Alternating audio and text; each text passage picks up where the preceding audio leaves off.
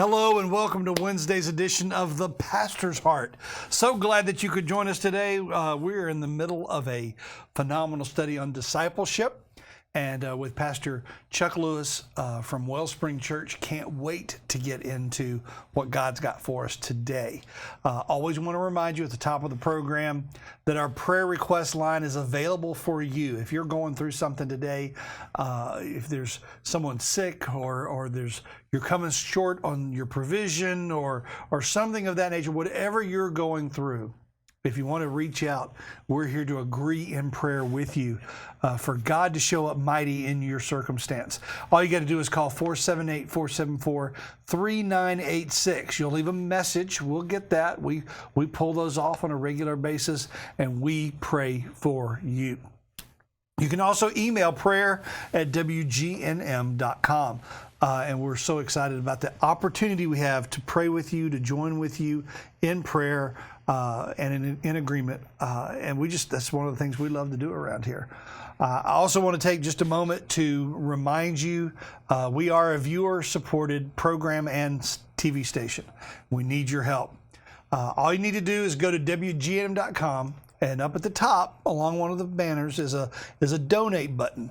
And you click on that donate button, and it'll take you to a secure giving website. You can do a one-time gift or a recurring monthly gift. You can also designate where this needs to go. You can go to our New Wineskins Fund, which is our HD conversion. You can go to our Love Basket, our benevolent program, or it can just go to the general fund to help keep the lights on and stuff. So we want to just make sure you're aware that we are viewer supported and we need your help. And we love you and we thank you for your support. Our guest today is Pastor Chuck Lewis from Wellspring Church in Warner Robins. And we're going to talk to him today. We've been talking about discipleship today. So glad to have you this week. Thank you for taking your time to be with us. Tell us a little bit about Wellspring. First off, let everybody know where you are in Warner Robins. I love to tell. We are located on the side of a cotton field. Exactly. We are on the north side of Houston County. So if you come up North Houston Lake Road off of Dunbar Road, the address is 1101 Dunbar Road. But we're situated. We're about 15 minutes maybe from downtown Macon. Right. And so we're just on the north side of Warner Robins and Centerville. So we're a few minutes from Byron. So it's actually a really central location. It's a good location. It's just the actual location is kind of in the middle of nowhere. In the middle of nowhere, but close to everything. But close to everything. It's actually a really good location. We live close by there, and so it's a really good place to live. And y'all do a lot with the property you have. We do. I know from personal experience, there's some community Pee Wee football stuff that's going on. Right. So we have the Wellspring Peanut Football League, which is for first grade through sixth grade boys. We also have cheerleading that goes along with that. I don't want to offend anybody that does upwards sports, but it's not an upwards event. It's full contact football. Keeping score. So we keep score. Kids probably get hurt. Kids do get hurt. Kids do. It's teaching them real football. Right. So it's a great deal. My youngest played on a different team, but we played there. And yes, kids got hurt. Yeah. So, but it's a great facility that you've got there. Tell us a little bit about when someone comes to Wellspring, what can they expect? It is one of the things I'm most proud of our church is it is an extremely welcoming environment. So it's multi-ethnic and it's also multi-generational. And so probably, again, one of the greatest features of coming to our church is it is just really casual, comfortable. So we have lots of folks that come in a tie and a suit jacket. We have lots of folks that come in shorts and flip-flops. And so whatever you're comfortable wearing is appropriate. And so it's just a really welcoming atmosphere. So the services are upbeat. And so generally more modern praise worship environment, but it's always going to be a really encouraging, upbeat, uplifting experience when you come. And so there'll be some folks that'll greet you in the parking lot to make sure that you're really ready and expecting an experience and a movement of God. Our children's ministry, I can't brag on them enough. We have a great children's ministry, so your kids are going to be safe, secure, have fun, and they're going to hear the gospel. Amen. And so it really is a church for all of Middle Georgia. You know, and we'll get to contact stuff in a second. I remember somebody. You know, it used to be churches would talk about their bus ministry. Remember when we had bus ministries and stuff? And I think bus ministries are useful. They are awesome ministries. But at the time I heard about one church that had a very large bus ministry that reached far and wide, that they went so far out to get kids that by the time the kids got to the church, they got some Kool-Aid, a cookie, and prayer, and then there was hardly any time for a lesson or anything in order to get them back in time. So sometimes we got to, hey, wait a minute, are we meeting the purpose? Right. But if people are interested, again, we're not here trying to steal sheep. But if you're in the process of looking for a new church home or a church home, you might want to check out wellspringchurch.life. They're on all the social media. You can find them, Wellspring Church. You can find Pastor Chuck on social media as well, and contact them if you want anything. The phone number is 478-785-1024 if you want to make a phone call, an old-fashioned phone call. But they're on the social media. We've talked about that a little bit yesterday, about the benefits of social media. Yeah. One of the just to put this in real quick for people, again, we want to repeat that we're not in the art of trying to steal people from other churches. I think an advantage for people that are looking for a church right now, if you're in that place and you're looking for a church, you're new to the area. Our church is a 50-year-old church, and so it's a great establishment. We've talked about this. We have some Sunday school classes. We have some senior adult Sunday school classes. But our church has also been through this renovation process, a revitalization. And so on many fronts, we look like a new church plant. And so it's a younger congregation. It's currently a smaller church. I say it's smaller, we're a little over 200, but it's a great place to get plugged in. There's all these areas of newness, and so worship ministry. We're always looking for people in that area, and children's ministry. I think every church is always looking for somebody in children's places. But we've got a great process of helping you understand how God has gifted you and how you can use that in the kingdom. Right. And so that's one of the things that we love to do, and it really is what we're talking about is on discipleship, is getting to know people. Right. And so when you come to Wellspring, we're going to get to know you, how God's created you, what's your personality and spiritual gifting and passions, and how can you be best used in the kingdom? Because when we serve and give back, that's when we learn and grow the most. Right. And so we have a really good team that helps develop people. Well, it's important to have that, and I have a real heart for pastors and making sure that they're not trying to do it all, because they can't. Right. And it takes the team to do that, and that can include staff, but but more often than not, it includes volunteers and people that have those giftings that have found where they are, what their giftings are, and are putting them to use for the kingdom. So that's really important as well. Yeah. We've been talking about discipleship. Why don't you go ahead and take us into our what we have for today? And so when we're talking about discipleship and we're talking about rather getting plugged into a church, finding a church, all those kind of things, it really is all based around giving our life to Christ. And so church should be a place that is welcoming to people who are walking without Christ. But it is a place for the Christian. And so it should be a place that builds up the Christian. And so really what I wanted to talk about in today's segment was really about following Christ. What does that really look like? Mm-hmm. And at its core, it is about repentance. It is about stopping what I'm doing and following Christ. When the disciples that we were talking about, when we were talking about this yesterday, they dropped their nets and they followed Christ. Can you imagine how difficult that would have been for these guys who were fishermen? And they would have probably been in a family business. Mm-hmm. And this rabbi comes by, this man who had honestly caused some controversy in the community. And he was changing things up. And there was this new excitement, but then there was this draw to him. And he had prayed all night and said, okay, God, who would you have me invite to be close in this circle and to journey with me? And so we know that there was this real spirit-filled movement that was taking place. And he says, hey, would you come follow me? And I will make you fishers of men. I'm going to invest in you. Right. But in order for me to do that, you've got to stop doing what you're doing and devote your life to me. I'm telling you, Rip, in our American culture today, that's scary. Yeah. That's heavy.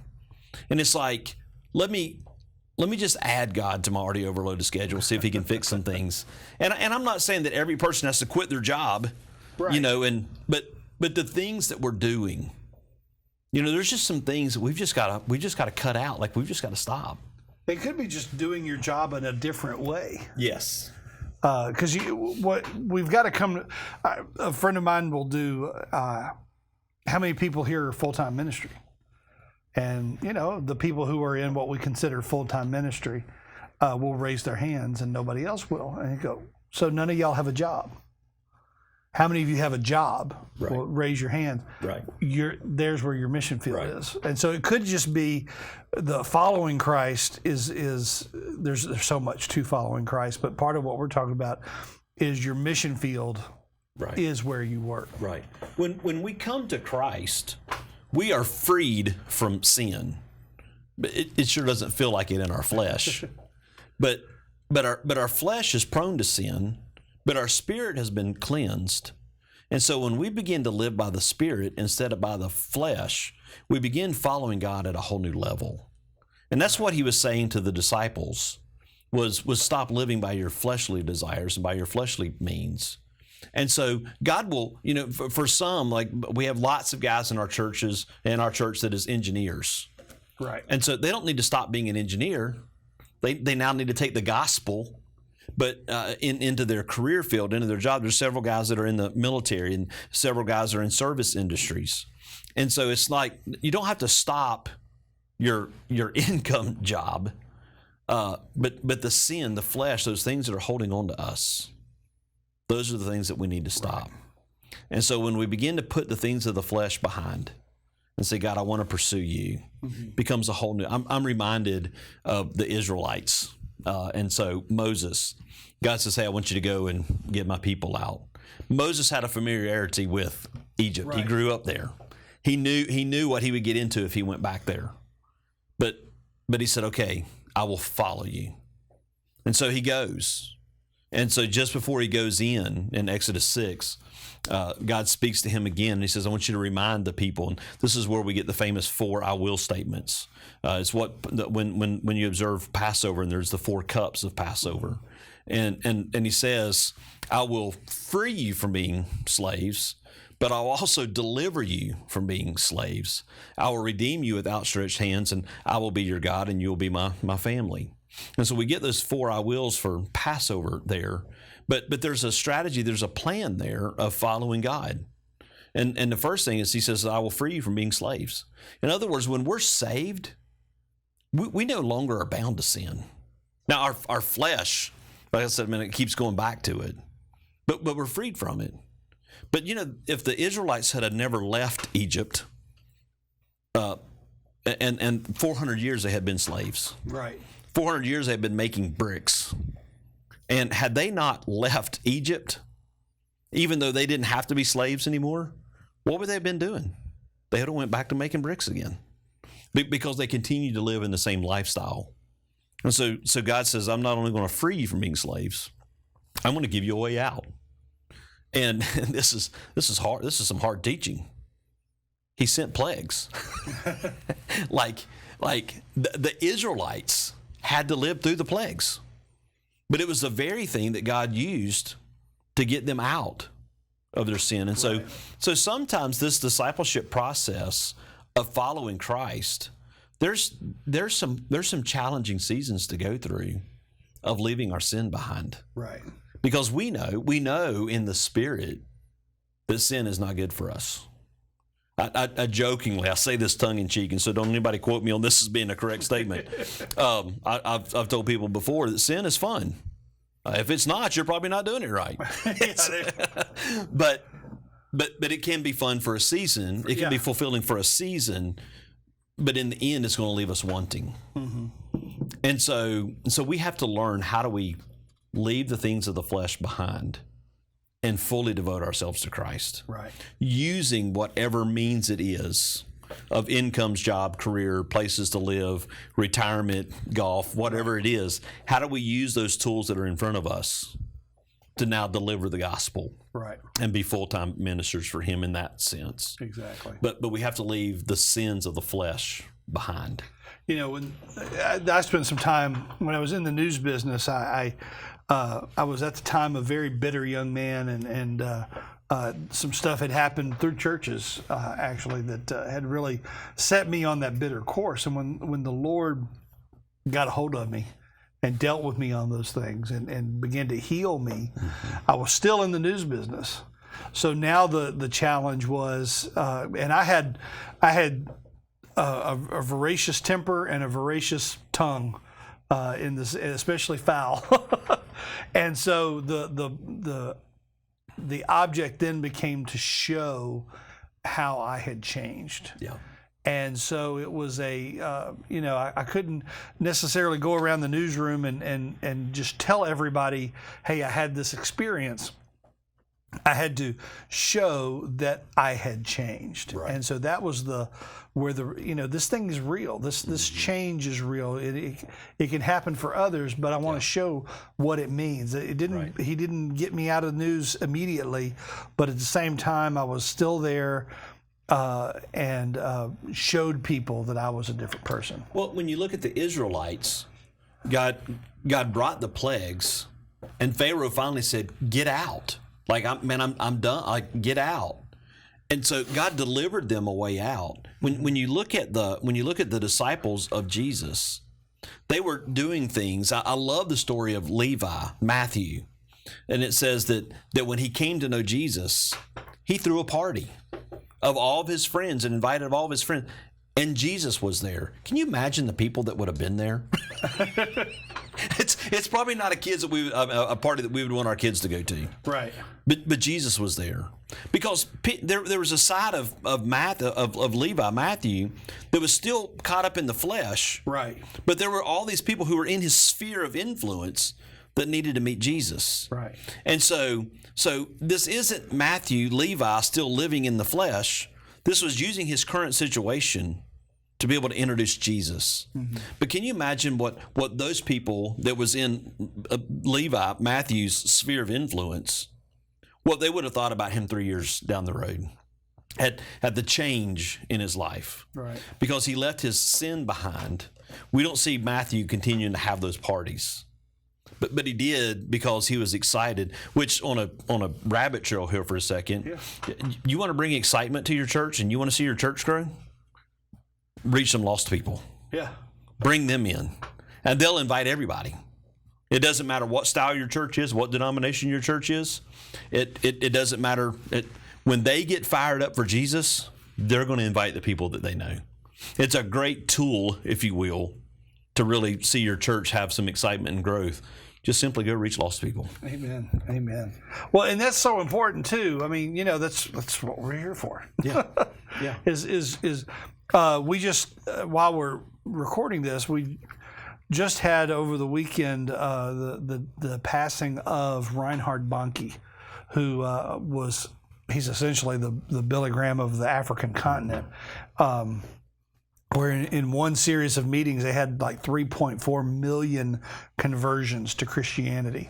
And I remember a minister talking about they helped raise some money or gave some money so that the Reinhard Bonnke's organization could get a sound system. And the sound system had to be able to cover 1 million people. And the guys go, how do you get a sound system that can cover 1 million people? I don't even understand. But with that, one of his quotes was, my job is to see hell empty and heaven full. That's it. And so as we reach out to people, they're going to need, that's why the commission, the Great Commission and discipleship go hand in hand. Right. Because some of these people, they didn't grow up in church. Right. And so they have to be taught the stories of Moses, the stories of Jacob, the stories of Joshua, and they got to be taught all of those stories.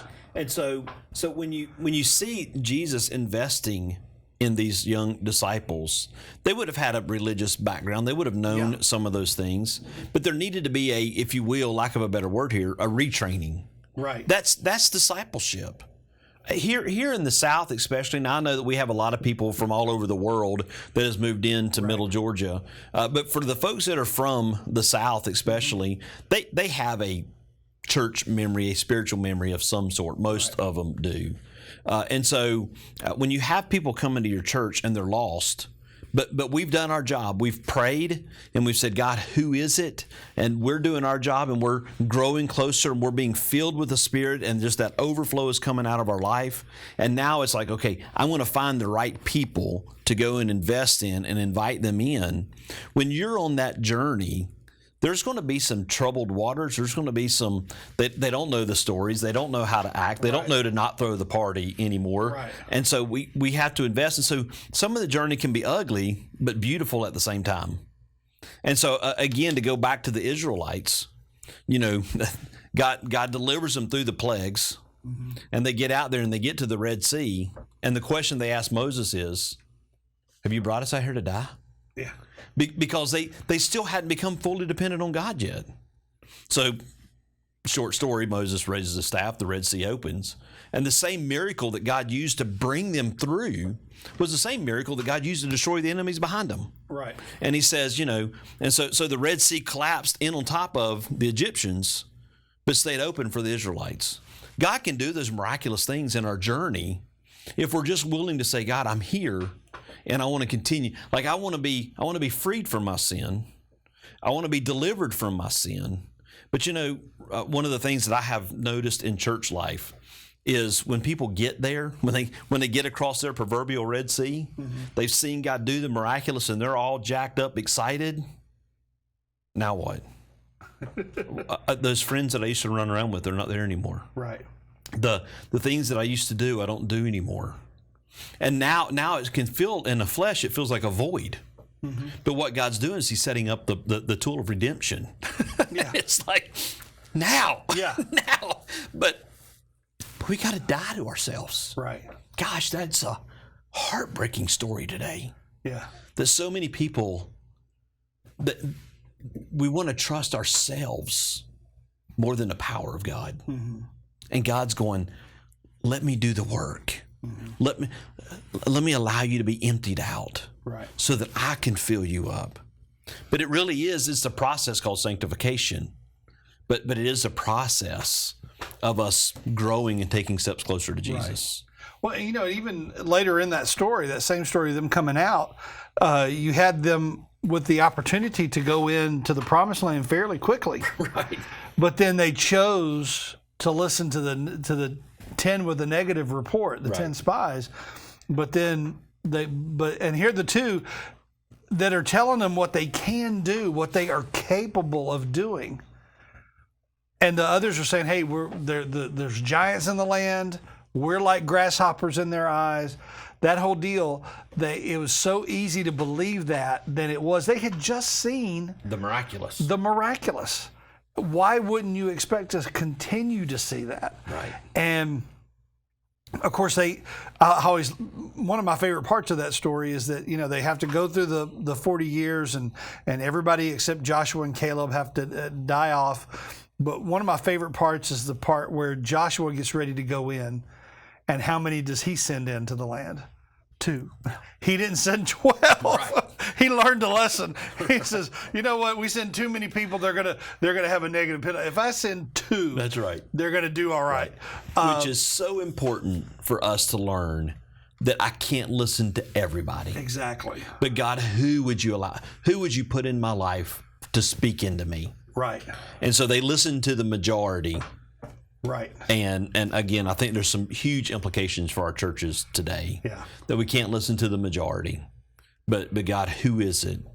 Who is it that you're putting into my life? Right. Who is my Jesus in the flesh? Who is my Joshua and Caleb? Who is it that I need to be allowing to speak into me? Right. Because man, God's calling us to the promised land. He's calling us to live in fulfillment. He's calling us to live in celebration. Right. And so, but if we keep wandering in our sin, if we keep wandering in our struggle, He's not going to allow us to take that in. And so He wants us to live at another level. Right. But we have to put the past in the past and say, okay, God, what is my future? And so that requires us to be emptied out. Yes. And allow Him to fill us up. Mm-hmm. But that can look like an ugly journey. Right. It's a beautiful journey. But going through it, it's the story of whatever medical condition, a cancer or whatever, there is redemption. Many of those we can overcome. But the process, of having the cancer cut out, the process of having heart surgery, right. It's painful, but what happens on the other side is much better. And so sometimes the Christian journey can look painful because we're trying to cut out the sin, so that we can live in the freedom that God's called us to. Absolutely. That's discipleship. And we went through, I've got to wrap up here in just a second, but we went through that with the miscarriages that we walked through. And then God brings us around to this wonderful gift of adoption and being able to, and of course, my family doesn't look like, you can tell that my children are not biologically mine. But it's just a wonderful, beautiful thing that came out of all that ugly, and it's just amazing. Isn't that a beautiful redemption story? Oh, yeah, absolutely. For not only for you and your wife, but the children. Absolutely. That's what God wants for us. He's got a beautiful redemption story that we couldn't write on our own. That's all the time we've got. We'll see you next time on The Pastor's Heart.